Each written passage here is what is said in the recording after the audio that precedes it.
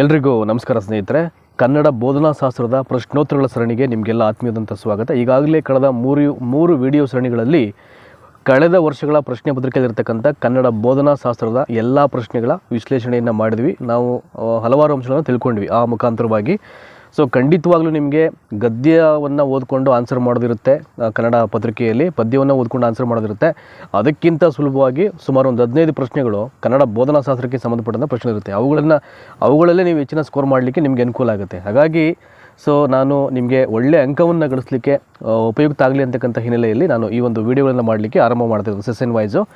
ಈಗಾಗಲೇ ದಯಮಾಡಿ ಯಾರು ಹೊಸ್ದಾಗಿ ನೋಡ್ತಿರೋ ಅದನ್ನು ಹಳೆ ಸೆಷನ್ ನೋಡಬೇಕು ಅಂದರೆ ನಿಮಗೆ ಪ್ಲೇ ಲಿಸ್ಟು ಅಥವಾ ವಿಡಿಯೋ ಲಿಸ್ಟಲ್ಲಿ ಸಿಗುತ್ತೆ. ದಯಮಾಡಿ ಇಲ್ಲಿ ನೀವು ಬ್ರೌಸ್ ಮಾಡಿ ನೀವು ಚೆಕ್ ಮಾಡ್ಕೊಳ್ಬೋದು. ಹಾಗೆಯೇ ನನ್ನ ಯೂಟ್ಯೂಬ್ ಚಾನಲ್ ಹೇಗೆ ನೀವು ಸಬ್ಸ್ಕ್ರೈಬ್ ಮಾಡಿ ಸಪೋರ್ಟ್ ಮಾಡ್ತಾಯಿದ್ದೀರೋ ಅದೇ ರೀತಿ ನಮ್ಮ ಫೇಸ್ಬುಕ್ ಪೇಜ್ ಕೂಡ ಇದೆ. ಅದಕ್ಕೂ ಕೂಡ ಸೇಮ್ ಯೂಟ್ಯೂಬ್ ಚಾನಲ್ ನೇಮನ್ನು ಇಟ್ಟಿದ್ದೀನಿ, ಟ್ರಾವೆಲ್ ಎಕ್ಸಾಮ್ಸ್ ವಿತ್ ರಘು ಅಂತ. ಸೊ ನೀವು ಅದನ್ನು ಫಾಲೋ ಮಾಡಬೇಕು 100%. ಯಾಕಂದರೆ ಅಲ್ಲಿ ಫಾಲೋ ಮಾಡಿದ್ರೆ ನಿಮಗೆ ಫ್ರೀ ಆಫ್ ಕಾಸ್ಟಲ್ಲಿ ಯಾವುದೇ ಅಮೌಂಟ್ ಇಲ್ಲದೆ ಉಚಿತವಾಗಿ ಒಂದಷ್ಟು ವೀಡಿಯೋಗಳು ಅಪ್ಲೋಡ್ ಆಗಿದೆ. ಈಗ ನೀವು ಅಲ್ಲೂ ಕೂಡ ನೋಡಲಿಕ್ಕೆ ನಿಮ್ಗೆ ಅವಕಾಶ ಆಗುತ್ತೆ. ಲಿಂಕನ್ನು ಈ ವಿಡಿಯೋ ಡಿಸ್ಕ್ರಿಪ್ಷನಲ್ಲಿ ಕೊಟ್ಟಿರ್ತೀನಿ, ನೀವು ಕ್ಲಿಕ್ ಮಾಡಿ ಫಾಲೋ ಮಾಡಿ. ದಯಮಾಡಿ ಎಲ್ಲರಿಗೂ ಶೇರ್ ಮಾಡಿ, ಎಲ್ಲರಿಗೂ ಯೂಸ್ ಆಗಲಿ. ಫ್ರೀ ಆಫ್ ಕಾಸ್ಟಲ್ಲಿ ಮಾಡ್ತಾ ಇರುವಂಥದ್ದು, ಸೊ ಎಲ್ರಿಗೂ ಉಪಯೋಗ ಆಗಲಿ ಅಂತ. ಸೊ ಈಗ 2014ರ ಒಂದು ಪತ್ರಿಕೆ 2ರಲ್ಲಿರ್ತಕ್ಕಂಥ ಕನ್ನಡ ಭಾಷೆಯ ಬೋಧನಾ ಶಾಸ್ತ್ರಕ್ಕೆ ಸಂಬಂಧಪಟ್ಟಂಥ ಪ್ರಶ್ನೆಗಳಿವೆಲ್ಲ ಒಂದು ಕಡೆಯಿಂದ ಆರಂಭ ಮಾಡೋಣ. ಈಗ ನೋಡಿ, ಮೊದಲನೇ ಪ್ರಶ್ನೆ ಸಮಾಸಕ್ಕೆ ಸಂಬಂಧಪಟ್ಟಂಥ ಒಂದು ಪ್ರಶ್ನೆ ಇದು. ಅರಬ್ಬಿಯ ಮುನ್ನೀರಿಗೆ ಕರಿನೀಲಿ ಬಣ್ಣ ಉಂಟು ಮುಂದೆ ಬಂದಿಹುದು ಕೆಂಪು ಸಮುದ್ರವೊಂದು ಅಂತ. ಇಲ್ಲಿಯ ಪದ್ಯದ ಸಾಲುಗಳಲ್ಲಿ ಅಡಿಗೆರೆ ಎಳೆದಿರತಕ್ಕಂಥ ಪದಗಳು ಅನುಕ್ರಮವಾಗಿ ಸಮಾಸಕ್ಕೆ ಸೇರಿವೆ ಅಂತ ಇದೆ. ಸೊ ಅಡಿಗೆರೆ ಹಾಕಿಲ್ಲ ಇವರು. ಸೊ ನಾನು ಅಡಿಗೆರೆಯನ್ನು ಇಲ್ಲಿ ನಾನೇ ಹಾಕ್ಬಿಡ್ತೀನಿ, ಅಂಡರ್ಲೈನ್ ಮಾಡೋಣ. ಈಗ ನಾವೇ ಅರಬ್ಬಿಯ ಮುನ್ನೀರಿಗೆ ಕರಿನೀಲಿ ಬಣ್ಣ ಉಂಟು ಮುಂದೆ ಬಂದಿಹುದು ಕೆಂಪು ಸಮುದ್ರವೊಂದು. ಇಲ್ಲಿಯ ಪದ್ಯದ ಸಾಲುಗಳಲ್ಲಿ ಅಡಿಗೆರೆ ಎಳೆದಿರತಕ್ಕಂಥ ಪದಗಳು ಅನುಕ್ರಮವಾಗಿ ಈ ಸಮಾಸಕ್ಕೆ ಸೇರಿವೆ ಅಂತ. ಕರ್ಮಧಾರೆಯ ಸಮಾಸ ಅಂತ ಹೇಳಿದರೆ ಮೊದಲನೇ ಆಪ್ಷನು. ಎರಡನೇದು ದ್ವಂದ್ವ ಮತ್ತು ತತ್ಪುರುಷ ಸಮಾಸ, ತತ್ಪುರುಷ ಸಮಾಸ, ಬಹುರ್ವಿಹಿ ಮತ್ತು ಕರ್ಮಧಾರೆಯ ಸಮಾಸ ಅಂತ ಹೇಳಿದರೆ. ಈಗ ಸಮಾಸಗಳ ವ್ಯಾಕರಣದ ಅಂಶಗಳ ಬಗ್ಗೆ ನಾನು ಇಲ್ಲಿ ಈ ವಿಡಿಯೋ ಸೆಷನಲ್ಲಿ ಹೇಳಲಿಕ್ಕೆ ಹೋಗಲ್ಲ, ಇದು ಪ್ರಶ್ನೋತ್ತರಗಳ ಸೆಷನ್ ಇದು. ಹಾಗಾಗಿ ನಾನು ಹೇಳಿದೆ ನಿಮಗೆ, ಈಗ ವ್ಯಾಕರಣದ ಅಂಶಗಳನ್ನು ನಾನು ಈಗಾಗಲೇ ಸ್ಟಾರ್ಟ್ ಮಾಡಿಬಿಡ್ತೀನಿ. ಈಗ ಸಂಧಿಗಳೆಲ್ಲವೂ ಆಗಿದೆ. ಈಗ ಕನ್ನಡ ಮತ್ತು ಸಂಸ್ಕೃತ ಸಂಧಿಗಳು ಒಂದು ಸೆಷನ್ ಆಗಿದೆ, ಅದೇ ಥರ ಅವ್ಯಯಗಳು ಒಂದು ಸೆಷನ್ ಆಗಿದೆ. ಇನ್ನು ಮುಂದಿನ ವಿಡಿಯೋ ಸೆಷನ್ಗಳಲ್ಲಿ ವಿಭಕ್ತಿ ಪ್ರತ್ಯಯಗಳಾಗಿರ್ಬೋದು, ಸಮಾಸಗಳಾಗ್ಬೋದು, ಅಲಂಕಾರಗಳಾಗ್ಬೋದು, ಅದನ್ನು ಪ್ರತ್ಯೇಕವಾಗಿ ಮಾಡ್ತಾಯಿದ್ದೀನಿ. ಸೊ ಅಲ್ಲಿ ನೀವು ಅದನ್ನು ಪರಿಪೂರ್ಣವಾಗಿ ತಿಳ್ಕೊಳ್ಳಿ. ಈಗ ಇದಕ್ಕೆ ಸರಿಯಾದಂಥ ಉತ್ತರವನ್ನು ನೋಡ್ತಕ್ಕಂಥ ಒಂದು ಸಮಯ. ಈಗ ಕರ್ಮಧಾರೆಯ ಮತ್ತು ಕರ್ಮಧಾರೆಯ ಸಮಾಸ ಅಂತ. ಸೊ ಅವೆರಡೂ ಸಾಲುಗಳು ಕೂಡ ಕರ್ಮಧಾರೆಯ ಸಮಾಸಕ್ಕೆ ಉದಾಹರಣೆ ಆಗುತ್ತೆ. ಸೊ ನೆಕ್ಸ್ಟು 16ನೇ ಪ್ರಶ್ನೆ. ಭಾಷಾ ಕಲಿಕೆಯ ಅನುಕ್ರಮಣಿಕೆಯ ತತ್ವದ ಅನ್ವಯ ಸರಿಯಾದ ಕಲಿಕೆಯ ರೀತಿ ಹೀಗಿರುತ್ತೆ ಅಂತ. ಭಾಷಾ ಕಲಿಕೆಯ ಅನುಕ್ರಮಣಿಕೆಯ ತತ್ವದ ಅನ್ವಯ ಸರಿಯಾದ ಕಲಿಕೆ ಹೀಗಿರುತ್ತೆ. ಸೊ ಯಾವ ರೀತಿಯಾಗಿ ಅದರ ತತ್ವದ ಅನುಸರಣಿಕೆಯಾಗಿ ಒಂದು ಕಲಿಕೆಯ ರೀತಿ ಹೇಗಿರಬೇಕು ಅಂತ. ಬಿಡಿ ಪದಗಳು ಮೊದಲು, ನಂತರ ಪೂರ್ಣ ವಾಕ್ಯದ ಕಲಿಕೆ ಅಂತ. ಮಾತುಗಾರಿಕೆ ಕೌಶಲ ನಂತರ ಓದುವ ಕೌಶಲ ಕಲಿಕೆ. ಮೌನ ಓದಿನ ನಂತರ ಬಾಯ್ದೆರೆ ವಾಚನದ ಕಲಿಕೆ. ಸರಳದಿಂದ ಸಂಯುಕ್ತ, ಅಪರಿಚಿತದಿಂದ ಪರಿಚಿತ ಪದಗಳ ಕಲಿಕೆ ಅಂತ ಇದೆ. ಸೊ 16ನೇ ಪ್ರಶ್ನೆಗೆ ನೋಡಿ, ಇಲ್ಲಿ ಎರಡನೇದು ಇದೆಯಲ್ಲ ಆಯ್ಕೆ, ಮಾತುಗಾರಿಕೆಯ ಕೌಶಲದ ನಂತರ ಓದುವ ಕೌಶಲ ಅಂತ. ನೋಡಿ, ಇಲ್ಲಿ ಭಾಷೆಯ ಕಲಿಕೆಗೆ ನಿಮಗೆ ನಾನು ಈಗಾಗಲೇ ಕಳೆದ ವಿಡಿಯೋ ಸೆಷನ್ನಲ್ಲಿ ಹೇಳಿದೆ. ನಾನು LSRW ಅಂತಾರೆ. ಎಲ್ ಅಂದರೆ ಲಿಸ್ನಿಂಗ್, ಫಸ್ಟು ಆಲಿಸ್ಬೇಕು. ಎಸ್ ಅಂದರೆ ಸ್ಪೀಕಿಂಗ್, ಆಮೇಲೆ ಮಾತನಾಡಬೇಕಾಗತ್ತೆ. ಆರ್ ಅಂದರೆ ದಟ್ ಈಸ್ ದ ರೀಡಿಂಗ್, ಓದಬೇಕು. ಓದಾದ ನಂತರದಲ್ಲಿ ಅದನ್ನು ರೈಟಿಂಗ್, ಬರವಣಿಗೆಯನ್ನು ಅಂತಕ್ಕಂಥ ಮತ್ತೊಂದು ನಾವು ತತ್ವ ಅಥವಾ ಅಂಶಕ್ಕೆ ನಾವು ಕಾಲಿಡಬೇಕಾಗುತ್ತೆ. ಅಂದರೆ ಎಲ್ಲವೂ ಕ್ರಮಬದ್ಧವಾದ ಜೋಡಣೆ ಇದೆ. ಹಾಗಾಗಿ ಮಾತುಗಾರಿಕೆ ಕೌಶಲದ ನಂತರ ಇಲ್ಲಿ ಓದುವ ಕೌಶಲದ ಕಲಿಕೆ ಅಂತ. ಅದನ್ನು ಸ್ಟೆಪ್ಸನ್ನು ನೀವು ನೆನಪು ಮಾಡ್ಕೊಬಿಟ್ರೆ ಈಸಿಯಾಗಿ ಈ ಒಂದು ಪ್ರಶ್ನೆಗೆ ಉತ್ತರವನ್ನು ನೀವು ಹೇಳಬೇಕಾಗುತ್ತೆ. ಭಾಷಾ ಕಲಿಕೆ ಅನುಕ್ರಮಣಿಕೆ ತತ್ವದ ಅನ್ವಯ ಸರಿಯಾದ ಕಲಿಕೆ ರೀತಿ ಇರುತ್ತೆ ಅಂದರೆ ಮಾತುಗಾರಿಕೆ ಕೌಶಲದ ನಂತರ ಓದುವ ಕೌಶಲ ಕಲಿಕೆ ಅಂತ. ನೆಕ್ಸ್ಟು 17ನೇ ಪ್ರಶ್ನೆ ನೋಡೋಣ. ಈಗ ಭಾಷಾ ಕಲಿಕೆಯ ಆರಂಭ ಮತ್ತು ಅದು ಬಲಗೊಳ್ಳುವುದು ಅನುಕ್ರಮವಾಗಿ ಭಾಷಾ ಬೋಧನೆಯ ಈ ತತ್ವಗಳಿಂದ. ಭಾಷಾ ಕಲಿಕೆಯ ಆರಂಭ ಮತ್ತು ಅದು ಬಲಗೊಳ್ಳುವುದು ಅನುಕ್ರಮವಾಗಿ ಭಾಷಾ ಬೋಧನೆಯ ಈ ತತ್ವಗಳಿಂದ. ಈ ಒಂದು ಪ್ರಶ್ನೆಯಂತೂ ಸುಮಾರು 3ರಿಂದ 4 ಬಾರಿ ರಿಪಿಟೇಷನ್ ಆಗಿದೆ. ಪೇಪರ್ 1ನಲ್ಲೂ ಬಂದಿದೆ ಇದು, ಪೇಪರ್ 2ನಲ್ಲೂ ಕೂಡ ಇದು ರಿಪೀಟ್ ಆಗಿದೆ ಪ್ರಶ್ನೆ ಇದು. ಇಂಥ ಪ್ರಶ್ನೆಗಳ ಕಡೆ ನೀವು ಜಾಸ್ತಿ ಓದ್ಕೊಳ್ಬೇಕಾಗುತ್ತೆ. ಇದನ್ನು ನೀವು ಓದ್ಕೊಂಡು ಸರಿಯಾದ ರೀತಿಯಲ್ಲಿ ನೆನಪಿಟ್ಕೊಳ್ಳಿ, ಗ್ರಹಿಸ್ಕೊಳ್ಳಿ. ಭಾಷಾ ಕಲಿಕೆ ಆರಂಭ ಮತ್ತು ಅದು ಬಲಗೊಳ್ಳುವುದು ಅನುಕ್ರಮವಾಗಿ ಭಾಷಾ ಬೋಧನೆಯ ಈ ತತ್ವಗಳಿಂದ ಅಂತ ಇದೆ. ಸೊ 17ನೇ ಪ್ರಶ್ನೆಗೆ ನೋಡಿ 4 ಇದೆಯಲ್ಲ ಇಲ್ಲಿ, ಆಪ್ಷನ್ 4 ಇಲ್ಲಿ ಅನುಕರಣ ತತ್ವ ಮತ್ತು ಅಭ್ಯಾಸ ತತ್ವ. ಇದು ಭಾಳ ಪ್ರಮುಖವಾದ ತತ್ವಗಳಿವೆಲ್ಲ. ಒಂದು ಅನುಕರಣ ತತ್ವದಿಂದ ಭಾಷೆಯ ಕಲಿಕೆ ಆರಂಭ ಮತ್ತು ಅದು ಬಲಗೊಳ್ಳಿಕೆ ಕಾರಣ ಅನುಕರಣ ತತ್ವ ಮತ್ತು ಅಭ್ಯಾಸ ತತ್ವ. ನೆಕ್ಸ್ಟು 18ನೇ ಪ್ರಶ್ನೆಗೆ ಹೋಗೋಣ. ಈಗ ಒಬ್ಬ ಸಾಮಾನ್ಯ ವಿದ್ಯಾರ್ಥಿಯು ಪರಿಣಾಮಕಾರಿ ಕಲಿಕಾ ಪ್ರಕ್ರಿಯೆಯ ನಂತರ ಆ ಪ್ರಕ್ರಿಯೆಗೆ ಸಂಬಂಧಿಸಿದ ಸಾಮಾನ್ಯ ಅಂಶಗಳಿಗೆ ಆತ ಸಮರ್ಪಕವಾಗಿ ಪ್ರತಿಕ್ರಿಯಿಸುತ್ತಿಲ್ಲ ಅಂತ. ನೋಡಿ, ಇನ್ನೊಂದ್ಸಲ ಓದ್ಕೊಳ್ಳಿ. ಒಬ್ಬ ಸಾಮಾನ್ಯ ವಿದ್ಯಾರ್ಥಿಯು ಪರಿಣಾಮಕಾರಿ ಕಲಿಕೆಯ ಪ್ರಕ್ರಿಯೆ ನಂತರ, ಒಬ್ಬ ವಿದ್ಯಾರ್ಥಿ ಕಲಿಕೆಯನ್ನು ಪರಿಣಾಮಕಾರಿಯಾಗಿ ಕಲಿತ್ಕೊಂಡಾದ ಮೇಲೂ ಕೂಡ ಅವನು ಆ ಪ್ರಕ್ರಿಯೆಗೆ ಸಂಬಂಧಪಟ್ಟ ಹಾಗೆ ಸಾಮಾನ್ಯವಾದ ಕೆಲವೊಂದು ಅಂಶಗಳಿಗೆ ಆತ ಸಮರ್ಪಕವಾಗಿ ರಿಯಾಕ್ಟ್ ಮಾಡ್ತಾ ಇಲ್ಲ ಅಂದರೆ, ಪ್ರತಿಕ್ರಿಯೆ ಮಾಡ್ತಾ ಇಲ್ಲ ಅಂದರೆ, ಅದೇ ಪರಿಣಾಮಕಾರಿಯಾಗಿ ಕಲಿತು ಕೂಡ ಅದೇ ಅಂಶಗಳಿಗೆ ಸಂಬಂಧಪಟ್ಟ ಹಾಗೆ ಅವನು ಸರಿಯಾಗಿ ಸಮರ್ಪಕವಾಗಿ ಆ್ಯಕ್ಟ್ ಮಾಡ್ತಾಯಿಲ್ಲ ಅಂದರೆ ಪ್ರತಿಕ್ರಿಯೆಯನ್ನು ಮಾಡ್ತಾ ಇಲ್ಲ. ಸೊ ಇದಕ್ಕೆ ಏನು ಪ್ರಮುಖ ಕಾರಣ ಅಂತ. ಸೊ ಆತನು ಪ್ರಮುಖ ಅಂಶಗಳನ್ನು ಪಟ್ಟಿ ಮಾಡಿಕೊಂಡಿಲ್ಲ, ಆತ ತನ್ನನ್ನು ಚಟುವಟಿಕೆಗಳಲ್ಲಿ ತೊಡಗಿಸಿಕೊಂಡಿಲ್ಲ, ಆತ ವಿಷಯವನ್ನು ಸರಿಯಾಗಿ ಆಲಿಸಿಲ್ಲ, ಆತನಿಗೆ ಸ್ಪಷ್ಟವಾಗಿ ಓದಲು ಗೊತ್ತಿಲ್ಲ ಅಂತ ಇದೆ. ಸೊ 18ನೇದಕ್ಕೆ ಇಲ್ಲಿ 3ನೇ ಆಪ್ಷನ್ ಇದೆಯಲ್ಲ, ಆತ ವಿಷಯವನ್ನು ಸರಿಯಾಗಿ ಆಲಿಸಿಲ್ಲ ಅಂತ, ಅದು ಭಾಳ ಪ್ರಮುಖವಾಗಿದೆ. ಏಕೆಂದರೆ ಒಂದು ವಿಷಯವನ್ನು ಸರಿಯಾಗಿ ನಾವು ಕೇಳಿಸ್ಕೊಳ್ಳೋದೇ ಇದ್ದಾಗ ಸೊ ನೆಕ್ಸ್ಟು ನಾವು ಯಾವುದೇ ರೀತಿಯಲ್ಲೂ ಕೂಡ ಅದಕ್ಕೆ ರಿಯಾಕ್ಟ್ ಮಾಡಲಿಕ್ಕೆ ಸಾಧ್ಯನೇ ಆಗಲ್ಲ ಅದು. ಹಾಗಾಗಿ ವಿಷಯವನ್ನು ಸರಿಯಾಗಿ ಆಲಿಸ್ಕೊಳ್ಬೇಕಾಗುತ್ತೆ. ಆತ ಇಲ್ಲಿ ವಿಷಯವನ್ನು ಸರಿಯಾಗಿ ಆಲಿಸಿಲ್ಲ. ಸೊ ನೆಕ್ಸ್ಟು 19ನೇ ಪ್ರಶ್ನೆ ನೋಡೋಣ. ಈಗ ಯಾವ ಪ್ರಶ್ನೆ ಇದೆ ಅಂತ ಇಲ್ಲಿ, ಈ ಹೇಳಿಕೆಗಳಲ್ಲಿ ಉತ್ತಮ ಮಾತುಗಾರಿಕೆಯ ಪ್ರಮುಖ ಲಕ್ಷಣ. ನೋಡಿ ಇಲ್ಲಿ ಒಂದು 4 ಆಪ್ಷನ್ ಕೊಟ್ಬಿಟ್ಟು ಮತ್ತೆ ABCD ಮಾದರಿಯಲ್ಲಿ ಮತ್ತೊಂದು ಆಪ್ಷನ್ ಕೊಟ್ಟಿದ್ದಾರೆ. 4 ಆಯ್ಕೆಯನ್ನು ಓದ್ಕೊಂಡು ನಾವು ಅದರಲ್ಲಿ ಯಾವುದು ಸೊ ABC ಸರಿನೋ, AB ಸರಿನೋ, BC ಸರಿನೋ ಅಥವಾ CD ಸರಿನೋ ಅಂತ ಇಲ್ಲಿ ಆಯ್ಕೆ ಮಾಡಬೇಕು. ಸೊ ಈ ಹೇಳಿಕೆಗಳಲ್ಲಿ ಉತ್ತಮ ಮಾತುಗಾರಿಕೆಯ ಪ್ರಮುಖ ಲಕ್ಷಣಗಳು: ಸ್ಪಷ್ಟವಾದ ಉಚ್ಚಾರಣೆಯೊಂದಿಗೆ ಸರಾಗವಾಗಿ ಮಾತನಾಡೋದು, ಮಾತಿನ ಧಾಟಿಯಲ್ಲಿ ಏರಿಳಿತದೊಂದಿಗೆ ಮಾತನಾಡುವುದು, ಭಾವಪೂರ್ಣವಾಗಿ ಏಕತಾನತೆಯಿಂದ ಮಾತನಾಡೋದು, ಅರ್ಥಪೂರ್ಣವಾಗಿ ವ್ಯಾಕರಣಬದ್ಧವಾಗಿ ಮಾತನಾಡೋದು ಅಂತ ಇದೆ ಇಲ್ಲಿ. ಸೊ ಒಂದೊಂದ್ಸಲ ನೋಡ್ಬಿಟ್ಟಾಗ ಎಲ್ಲವೂ ಸರಿ ಇಲ್ಲ ಅಂತ ಅನಿಸ್ಬಿಡುತ್ತೆ. ಹಾಗಾಗಿ ಅದರಲ್ಲಿ ಕೆಲವೊಂದು ಪ್ರಮುಖವಾದ ಅಂಶಗಳು ಮಾತ್ರ ಇಲ್ಲಿ ಕರೆಕ್ಟ್ ಆಗಿರುತ್ತೆ, ಅವುಗಳನ್ನು ಮಾತ್ರ ಆಯ್ಕೆ ಮಾಡಬೇಕು ನಾವು. ಸೊ 19ನೇ ಪ್ರಶ್ನೆಗೆ ಮೊದಲು ಆನ್ಸರ್ ಹೇಳ್ಬಿಡ್ತೀನಿ ನಾನು. A, B ಮತ್ತು D ಇದೆಯಲ್ಲ, ನೋಡಿ A ಯಾವುದು ಇಲ್ಲಿ, ಸ್ಪಷ್ಟವಾದ ಉಚ್ಚಾರಣೆಯೊಂದಿಗೆ ಸರಾಗವಾಗಿ ಮಾತನಾಡಬೇಕು, ಇದು ಮಾತುಗಾರಿಕೆಯ ಪ್ರಮುಖ ಲಕ್ಷಣಗಳಲ್ಲಿ ಒಂದು. ಸೊ ಅದೇ ರೀತಿಯಾಗಿ ಮಾತಿನ ದಾಟಿಯಲ್ಲಿ ಏರಿಳಿತದೊಂದಿಗೆ ಮಾತನಾಡಬೇಕು ಅಂತ, ಫ್ಲಕ್ಚುಯೇಷನ್ ಬೇಕು ಅದು ಭಾಷೆಯನ್ನು ಮಾತಾಡಬೇಕಾದ್ರೆ. ಸೊ ಇನ್ನೊಂದು D ಇದೆಯಲ್ಲ, ಅರ್ಥಪೂರ್ಣವಾಗಿ ವ್ಯಾಕರಣಬದ್ಧವಾಗಿ ಮಾತನಾಡಬೇಕು ಅಂತ. ಇವಿಷ್ಟೇ ಮೇನ್ ಪಾಯಿಂಟು. ಇನ್ನು ಭಾವಪೂರ್ಣವಾಗಿ ಏಕತಾನತೆಯನ್ನು ಮಾತನಾಡೋದು ಇದನ್ನು ಪಾಯಿಂಟ್ ಅಡ್ಜಸ್ಟ್ ಆಗಲ್ಲ, ಅದು ತಪ್ಪಾಗುತ್ತೆ ಆಯ್ಕೆ ಅದು. ಹಾಗಾಗಿ A, B ಮತ್ತು D ಇದೆಯಲ್ಲ ಅದು ಸರಿಯಾಗುತ್ತೆ. ನೋಡಿ, ಕ್ರಿಯಾತ್ಮಕ ವ್ಯಾಕರಣಕ್ಕೆ ಸಂಬಂಧಪಟ್ಟಾಗಂತೂ ರಿಪಿಟೇಷನ್ ಆಗುತ್ತೆ ಪ್ರಶ್ನೆ ಇದು. ಕಳೆದ ಪತ್ರಿಕೆಯಲ್ಲೂ ನಿಮಗೆ ಹೇಳಿದೆ ಈ ಪ್ರಶ್ನೆನ. ಕ್ರಿಯಾತ್ಮಕ ವ್ಯಾಕರಣ ಬೋಧನೆಯ ಮುಖ್ಯ ಲಕ್ಷಣ ಯಾವುದು ಅಂತ. ಭಾಷೆಗಿಂತ ಮೊದಲು ವ್ಯಾಕರಣದ ಕಲಿಕೆ ಆಗಬೇಕು, ಪ್ರತ್ಯೇಕವಾಗಿ ಶಾಸ್ತ್ರೀಯ ರೀತಿಯ ಕಲಿಕೆ, ಭಾಷೆಯ ಜೊತೆಯಲ್ಲಿಯೇ ಪ್ರಯೋಗದ ಮೂಲಕ ವ್ಯಾಕರಣ ಕಲಿಕೆ, ವ್ಯಾಕರಣ ಸೂತ್ರಗಳ ಅನ್ವಯದಿಂದ ಭಾಷೆಯ ಕಲಿಕೆ. 100%. 3ನೇ ಆಯ್ಕೆ ಇದೆಯಲ್ಲ, ಕ್ರಿಯಾತ್ಮಕ ವ್ಯಾಕರಣ ಬೋಧನೆಯ ಒಂದು ಮುಖ್ಯ ಲಕ್ಷಣ ಏನಪ್ಪ ಅಂದರೆ, ಒಂದು ಭಾಷೆಯನ್ನು ಕಲಿಸ್ತೀವಿ ನಾವು ಅಂದರೆ ಮಕ್ಕಳಿಗೆ, ಆ ಭಾಷೆಯನ್ನು ಕಲಿಸ್ತಕ್ಕಂಥ ಒಂದು ಜೊತೆಯಲ್ಲೇ ಸೊ ಪ್ರಯೋಗದ ಮೂಲಕ ಏನು ಮಾಡಬೇಕು, ವ್ಯಾಕರಣವನ್ನೇ ಕಲಿಸಬೇಕು. ಸೊ ಅದು ಇಲ್ಲಿ ಕ್ರಿಯಾತ್ಮಕ ವ್ಯಾಕರಣದ ಒಂದು ಉದ್ದೇಶ ಅದು.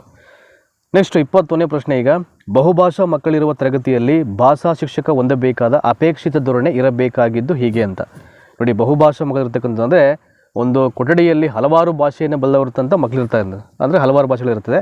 ಸೊ ಅಂಥ ಒಂದು ತರಗತಿಯಲ್ಲಿ ಒಬ್ಬ ಭಾಷಾ ಶಿಕ್ಷಕ ಹೊಂದಬೇಕಾದ ಅಪೇಕ್ಷಿತ ಧೋರಣೆ ಇರಬೇಕಾಗಿದ್ದು ಹೀಗೆ ಅಂತ. ಯಾವ ರೀತಿ ಇರಬೇಕು ಅಪೇಕ್ಷಿತ ಧೋರಣೆ? ಬಹುಭಾಷಾ ವಿದ್ಯಾರ್ಥಿಗಳು ಭಾಷಾ ಬೋಧನೆಗೆ ಒಂದು ತೊಡಕು, ಬಹುಭಾಷಾ ತರಗತಿಯ ಭಾಷಾ ಕಲಿಕೆ ಸಂಪನ್ಮೂಲ ಎಂದು ಭಾವಿಸುವುದು, ಬಹುಭಾಷಾ ವಿದ್ಯಾರ್ಥಿಗಳಿಗೆ ಪ್ರತ್ಯೇಕ ಬೋಧನೆ ಮಾಡುವುದು, ವಿವಿಧ ಭಾಷೆಗಳಿಗೆ ಪ್ರತ್ಯೇಕ ಬೋಧನಾ ವ್ಯವಸ್ಥೆಯನ್ನು ಮಾಡುವುದು ಅಂತ ಇದೆ. 100% ನೋಡಿ ಇಲ್ಲಿ. ಸೊ ಈಗ ಮಲ್ಟಿ ಲ್ಯಾಂಗ್ವೇಜಸ್ ಸ್ಟೂಡೆಂಟ್ಸ್ ಇದ್ದಾರೆ ಅಂದರೆ ಒಂದು ರೂಮ್ಸಲ್ಲಿ ನಾವು ಅದನ್ನು ನೆಗೆಟಿವ್ ಆಗಿ ಕನ್ಸಿಡರ್ ಮಾಡೋಕ್ಕಾಗಲ್ಲ ಅದನ್ನು. ಹಾಗಾಗಿ ಸರಿಯಾದ ಉತ್ತರ ಏನು ಇಲ್ಲಿ, ಬಹುಭಾಷಾ ಮಕ್ಕಳಿರ್ತಕ್ಕಂಥ ಒಂದು ಕ್ಲಾಸ್ ರೂಮಲ್ಲಿ ಭಾಷಾ ಶಿಕ್ಷಕನಾದವನು ಹೊಂದಬೇಕಾದಂಥ ಅಪೇಕ್ಷಿತ ಧೋರಣೆ ಯಾವ ರೀತಿ ಇರಬೇಕು ಅಂದರೆ, ಬಹುಭಾಷಾ ತರಗತಿಯ ಭಾಷಾ ಕಲಿಕೆಯ ಒಂದು ಸಂಪನ್ಮೂಲ ಅಂತ ಭಾವಿಸಬೇಕು ಆತ. ಸೊ ಎಲ್ಲವನ್ನ ಕಲಿಯಲಿಕ್ಕೆ ನನಗೊಂದು ಅವಕಾಶ, ಅದೊಂದು ಸಂಪನ್ಮೂಲ ಅಂತ ಭಾವಿಸಬೇಕು, ಆ ಒಂದು ಧೋರಣೆಯನ್ನು ಹೊಂದಿರಬೇಕಾಗುತ್ತೆ. ಹಾಗಾಗಿ ಆಯ್ಕೆ 2 ಸರಿಯಾದ ಉತ್ತರ ಆಗುತ್ತೆ ಇದಕ್ಕೆ. ನೆಕ್ಸ್ಟು 22ನೇ ಪ್ರಶ್ನೆ ನೋಡೋಣ. ಈಗ ಭಾಷಾ ಕಲಿಕಾ ಪ್ರಕ್ರಿಯೆಯಲ್ಲಿ ಪ್ರತಿಯೊಂದು ಘಟಕಗಳನ್ನು ಅಗತ್ಯ ಸಿದ್ಧತೆಯೊಂದಿಗೆ ಈ ರೀತಿಯಾಗಿ ಅನುಕೂಲಿಸುವುದು. ಭಾಷಾ ಕಲಿಕಾ ಪ್ರಕ್ರಿಯೆಯಲ್ಲಿ ಪ್ರತಿಯೊಂದು ಘಟಕಗಳನ್ನು ಅಗತ್ಯ ಸಿದ್ಧತೆಯೊಂದಿಗೆ ಈ ರೀತಿಯಾಗಿ ಅನುಕೂಲಿಸುವುದು ಹೆಚ್ಚು ಸೂಕ್ತ ಅಂತ ಇದೆ ಇಲ್ಲಿ. ವೈವಿಧ್ಯ ಚಟುವಟಿಕೆಗಳ ಮೂಲಕ ವಿವಿಧ ಬೋಧನಾ ವಿಧಾನ ಬಳಸಿ ಸಾಕಷ್ಟು ಕಲಿಕಾ ಸಾಮಗ್ರಿಗಳೊಂದಿಗೆ ತರತರದ ಸನ್ನಿವೇಶಗಳಲ್ಲಿ ಅಂತ ಇದೆ. ಸೊ 22ನೇದಕ್ಕೆ ಆಪ್ಷನ್ ಎ ಇದೆಯಲ್ಲ, ವೈವಿಧ್ಯ ಚಟುವಟಿಕೆಗಳ ಮೂಲಕ ಅಂತ ಇದು ಇದಕ್ಕೆ ಸರಿಯಾದಂಥ ಉತ್ತರ ಆಗುತ್ತೆ. ನೆಕ್ಸ್ಟ್ 23, ಭಾಷೆಯ ಮೇಲಿನ ಪ್ರಭುತ್ವ ಸಾಧನೆ ಎಂದರೆ ಮುಖ್ಯವಾಗಿ ಇವುಗಳನ್ನು ಹೊಂದುವುದಾಗಿದೆ ಅಂತ. ಭಾಷೆಯ ಮೇಲಿನ ಪ್ರಭುತ್ವ ಸಾಧನೆ ಎಂದರೆ ಮುಖ್ಯವಾಗಿ ಇವುಗಳನ್ನು ಹೊಂದುವುದೇ ಆಗಿದೆ. ನೋಡಿ ಇಲ್ಲಿ ಭಾಷಾ ಬಳಕೆಯ ವಿಶೇಷ ಸಾಮರ್ಥ್ಯಗಳು, ಭಾಷಾ ಕಲಿಕೆಯ ವಿವಿಧ ಸಾಮರ್ಥ್ಯಗಳು, ಭಾಷಾ ಬಳಕೆಯ ಮೂಲ ಕೌಶಲ್ಯಗಳು ಮತ್ತು ಭಾಷಾ ಬಳಕೆಯ ವಿವಿಧ ಕೌಶಲ್ಯಗಳು. ಆಪ್ಷನ್ 4 ಇದೆಯಲ್ಲ, ಭಾಷಾ ಬಳಕೆಯ ವಿವಿಧ ಕೌಶಲ್ಯಗಳು, ಇವು ಒಂದು ಭಾಷೆಯ ಮೇಲಿನ ಪ್ರಭುತ್ವ ಸಾಧನೆ ಎಂದರೆ ಮುಖ್ಯವಾಗಿ ಇದೇ ಆಗುತ್ತೆ. ಒಂದು ಭಾಷಾ ಬಳಕೆಯ ವಿವಿಧ ಕೌಶಲ್ಯವೇ ಒಂದು ಭಾಷೆಯ ಮೇಲಿನ ಪ್ರಭುತ್ವ ಸಾಧನೆ ಇದು. ಹಾಗಾಗಿ ಆಯ್ಕೆ 4 ಸರಿಯಾಗುತ್ತೆ. ನೆಕ್ಸ್ಟು 24ನೇ ಪ್ರಶ್ನೆ ನೋಡೋಣ. ಈಗ ಕ್ವಶನ್ ನಂಬರ್ 24. ಈಗ ಕ್ವಿಕ್ಕಾಗಿ ಈಗ ನೋಡಿ ಯಾವ ಪ್ರಶ್ನೆ ಇದೆ ಅಂತ ಇಲ್ಲಿ. ಭಾಷಾ ಕಲಿಕೆಯಲ್ಲಿ ನೈಪುಣ್ಯತೆ ಸಾಧನೆ ಮಾಡಲಿಕ್ಕೆ ಈ ರೀತಿಯ ಕಲಿಕೆಯು ಸ್ಪಷ್ಟತೆ ಮತ್ತು ಪರಿಪೂರ್ಣತೆಯನ್ನು ಒದಗಿಸಬಲ್ಲದು ಅಂತ. ಭಾಷಾ ಕಲಿಕೆಯಲ್ಲಿ ನೈಪುಣ್ಯತೆ ಸಾಧಿಸಲು ಈ ರೀತಿಯ ಕಲಿಕೆಯು ಸ್ಪಷ್ಟತೆ ಮತ್ತು ಪರಿಪೂರ್ಣತೆಯನ್ನು ಒದಗಿಸಬಲ್ಲದು. ನೋಡಿ ಯಾವುದೋ ಸ್ವಯಂ ಕಲಿಕೆ, ಗುಂಪು ಕಲಿಕೆ, ಸಂಘಟಿತ ಕಲಿಕೆ, ಸಾಂದರ್ಭಿಕ ಕಲಿಕೆ ಅಂತ ಇದೆ. 24ನೇದಕ್ಕೆ ಸ್ವಯಂ ಕಲಿಕೆ ಅಂದರೆ ಯಾವುದೇ ಸಹಾಯವನ್ನು ತಗೊಳ್ಳದೆ, ಯಾವುದೇ ಅಭಿಪ್ರಾಯನ ಸ್ವೀಕಾರ ಮಾಡದೆ ನಾವೇ ಕಲಿತಕ್ಕಂಥದ್ದು ಸ್ವಯಂ ಕಲಿಕೆ ಆಗುತ್ತೆ. ನೈಪುಣ್ಯತೆಯನ್ನು ಸಾಧಿಸಬೇಕು ಅಂದರೆ ಈ ರೀತಿಯ ಕಲಿಕೆಯು ಸ್ಪಷ್ಟತೆ ಮತ್ತು ಪರಿಪೂರ್ಣತೆಯನ್ನು ಒದಗಿಸಬಹುದು. ಅಂದರೆ ಯಾವ ರೀತಿ ಕಲಿಕೆ ಅಂದರೆ ಅದು ಸ್ವಯಂ ಕಲಿಕೆ ಆಗುತ್ತೆ. ನಿರಂತರ ಮತ್ತು ವ್ಯಾಪಕ ಮೌಲ್ಯಮಾಪನದ ಆಶಯದಲ್ಲಿ ಮೌಲ್ಯಮಾಪನವು ಹೀಗಿರಬೇಕೆಂಬ ಅಂಶವನ್ನು ಒತ್ತಿ ಹೇಳಿದೆ. ನಿರಂತರ ಮತ್ತು ವ್ಯಾಪಕ ಮೌಲ್ಯಮಾಪನದ ಆಶಯದಲ್ಲಿ ಮೌಲ್ಯಮಾಪನವು ಹೀಗಿರಬೇಕೆಂಬ ಅಂಶವನ್ನು ಒತ್ತಿ ಹೇಳಿದೆ. ಬೋಧನಾ ವಿಧಾನ, ಅರ್ಹತಾ ಮಾಪನ, ಪರೀಕ್ಷಾ ವಿಧಾನ ಮತ್ತು ಕಲಿಕಾ ಸದನ ಅಂತ. ಬೋಧನಾ ವಿಧಾನ, ಅರ್ಹತಾ ಮಾಪನ, ಪರೀಕ್ಷಾ ವಿಧಾನ ಮತ್ತು ಕಲಿಕಾ ಸದನ ಅಂತ ಇದೆ. 25ನೇ ಪ್ರಶ್ನೆಗೆ ಕಲಿಕಾ ಸಾಧನ ಇದು ಸರಿಯಾದಂಥ ಉತ್ತರ ಆಗುತ್ತೆ. ನೆಕ್ಸ್ಟು 26ನೇ ಪ್ರಶ್ನೆ ನೋಡೋಣ. ಈಗ ಮಾತನಾಡುವ ಕೌಶಲ್ಯಕ್ಕೆ ಸಂಬಂಧಪಟ್ಟಂತೆ ಮೌಲ್ಯಮಾಪನ ಕಾರ್ಯದಲ್ಲಿ ಈ ಚಟುವಟಿಕೆಗಳು ಹೆಚ್ಚು ಪರಿಣಾಮಕಾರಿ. ಮಾತನಾಡುವ ಕೌಶಲ್ಯ ಅಂದರೆ ಲಿಸ್ನಿಂಗ್ ಸ್ಕಿಲ್ ಅಂತ. ಇದಕ್ಕೆ ಸಂಬಂಧಪಟ್ಟ ಹಾಗೆ ಇವ್ಯಾಲ್ಯೂಯೇಷನ್ ಮಾಡ್ತಕ್ಕಂಥ ಒಂದು ಕೆಲಸದಲ್ಲಿ ಯಾವ ಒಂದು ಆಕ್ಟಿವಿಟಿ ಹೆಚ್ಚು ಪರಿಣಾಮಕಾರಿ ಅಂತ. ಸಂದರ್ಶನ, ಅಭಿನಯ, ಸಂಭಾಷಣೆ, ಚರ್ಚೆ, ಆಶುಭಾಷಣ, ಸಂದರ್ಶನ, ಚರ್ಚೆ, ಸಂಭಾಷಣೆ, ಚರ್ಚೆ, ಆಶುಭಾಷಣ, ಸಂದರ್ಶನ, ಯೋಜನೆ, ಸಂಭಾಷಣೆ, ಸಂದರ್ಶನ, ಗುಂಪು ಕಾರ್ಯ ಮತ್ತು ಇಲ್ಲಿ ಆಶುಭಾಷಣ ಅಂತ 4ನೇ ಒಂದು ಆಯ್ಕೆಯನ್ನು ಕೊಟ್ಟಿದ್ದಾರೆ.